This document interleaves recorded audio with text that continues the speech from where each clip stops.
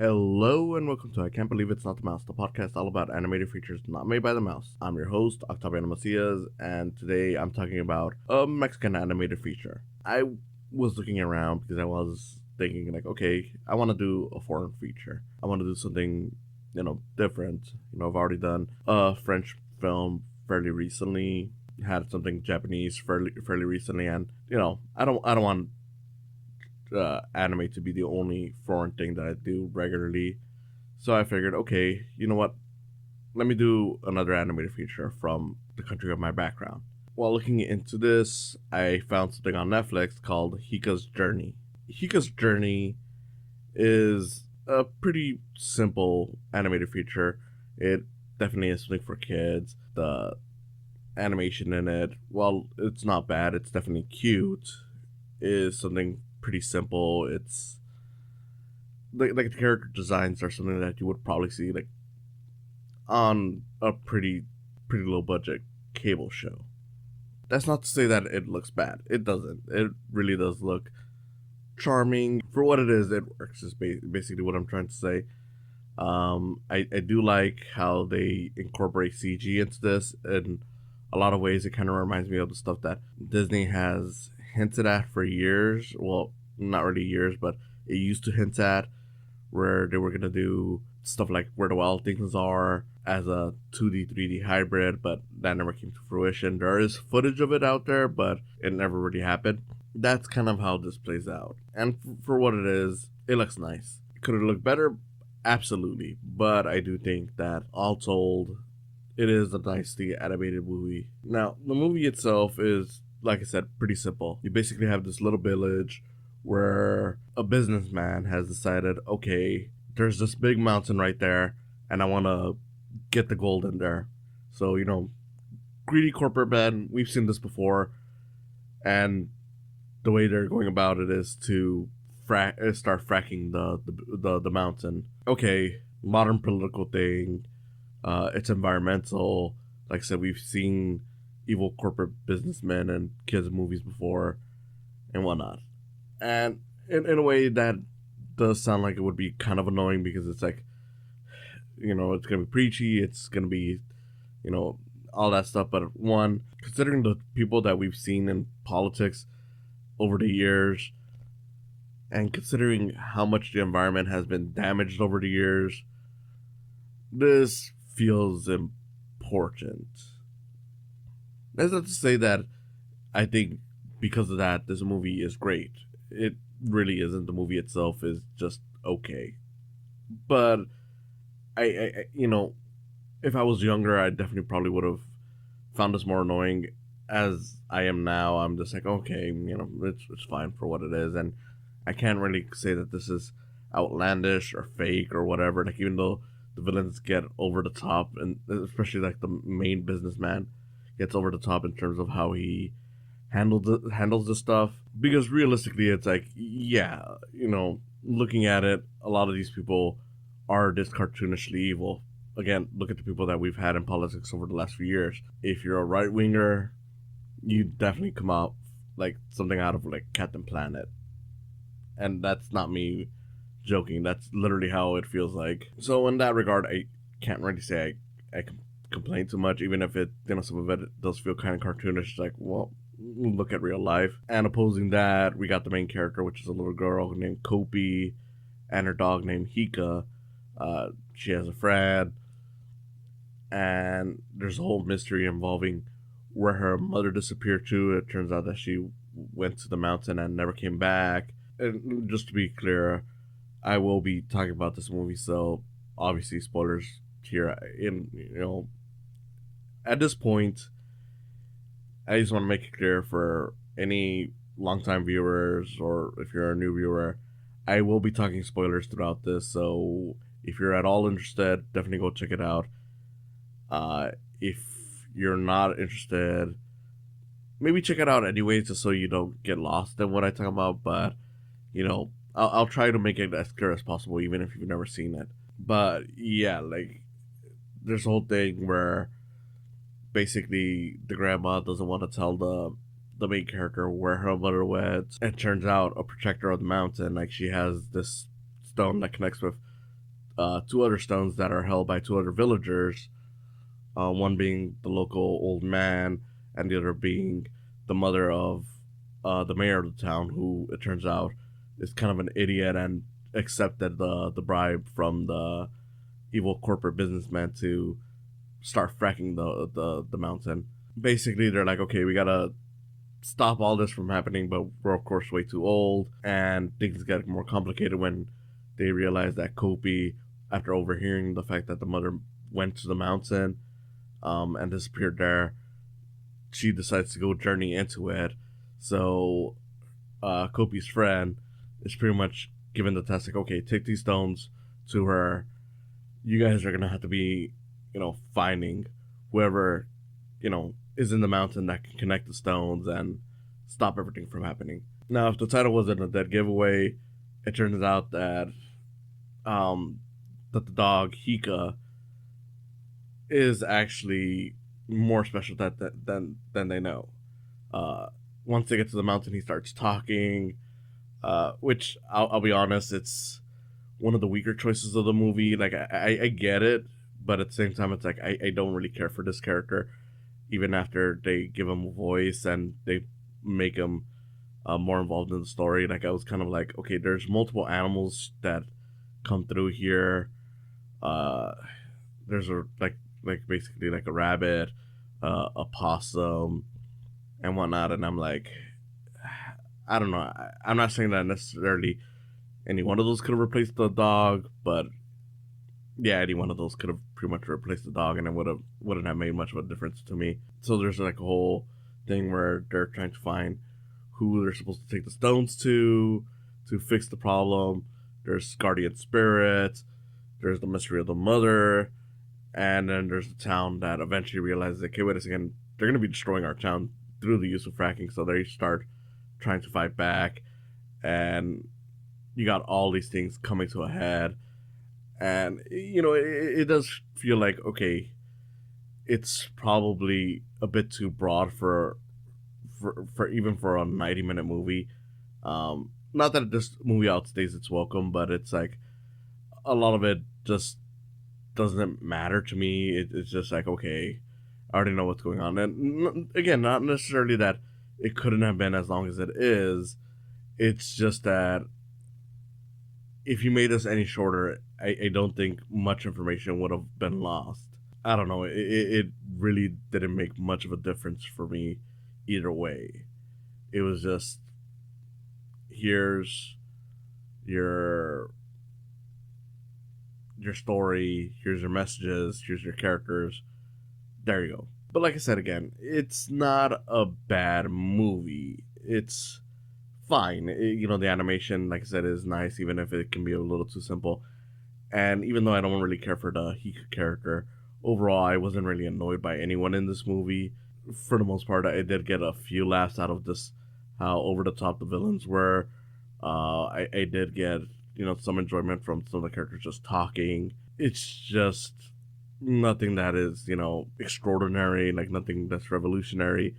It's pretty much exactly what you get when you think of this thing. Like, granted, it eventually does go a little wild, and I wish more of the movie had been as wild as it gets by the end of the movie. Because as you're going through this journey, they encounter this evil scorpion. The scorpion ends up attacking the Kopi girl, and as a result, Hika has to go on this, own journey on his own to, basically find a way to save her. Discovers where the mother is. She's a spirit within the mountain, helping guard it, because it turns out that there's been multiple times where people tried attacking the mountain. So it's a whole thing where it's like, okay, Hika, you're a brave dog and you're helping these people. Great. And surprise, you're the person that is supposed to save everyone. It turns out that this whole journey has been less about you finding the person that'll stop this and more about you finding yourself become the hero that you need to be, which, okay, that's not exactly original, but it is kind of like, okay, that's something. And I know that sounds like a waste of time for a lot of people, because it's like, well, if he was already there, why couldn't he just fix things, but it's like, look, like the movie says, it's about him going through this journey so he could become the hero. So I'm like, okay, I won't say it's clever, but at the same time, I will say that it creates this situation where it's like, okay, the whole journey is, the journey is the destination kind of thing, where it's like, okay, well, I get it. It's important. Once it gets to that point, he's able to rescue the girl, cure her of her illness caused by the scorpion. They fight off the scorpion. Xico becomes this pretty much super dog. And then the mountain starts fighting back against the people fracking. The land is splitting apart. There's this giant spider monster creature that's made up of sand and dirt and whatnot coming through the land. He starts attacking the machinery. Two of the rich evil businessmen, are supporting the main one, are turned into insects while insulting everyone else, and then they're crushed by like the machinery or the land or whatever. And the main businessman is horribly killed by this creature. And I'm just sitting there like, dude, this is pretty wild for a kid's movie. If that wasn't enough, once they solve everything and everything stopped, they're still like, there's one more person that needs to be punished. The mayor, you allowed this to happen. You have to be punished. So as a result, the mother of the mayor is pretty much like, look, don't hurt my boy. It's my fault that he came out this way. But he could give a glance at the mayor and is like, dude, come on. Don't worry. You're good. So this deer, which I've been completely been forgetting to bring up, who's been there, basically opens up a piece of the land, and the mayor goes through it, and out comes out Kobe's mother.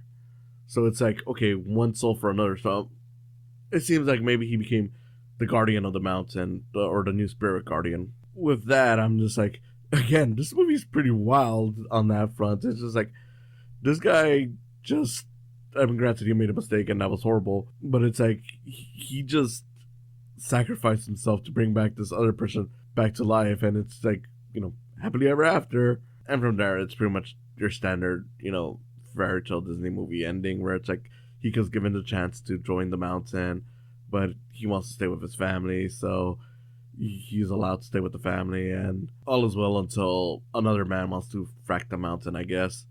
The end. And I'm like, man, the movie would have been so much better if it was as crazy as those final minutes, where it's just like, we're just throwing everything at it. Like, Cav, throughout the journey, more dangerous stuff that's going on. Before the journey starts, have the villains acting so over the top, maybe have them kill some guys or something.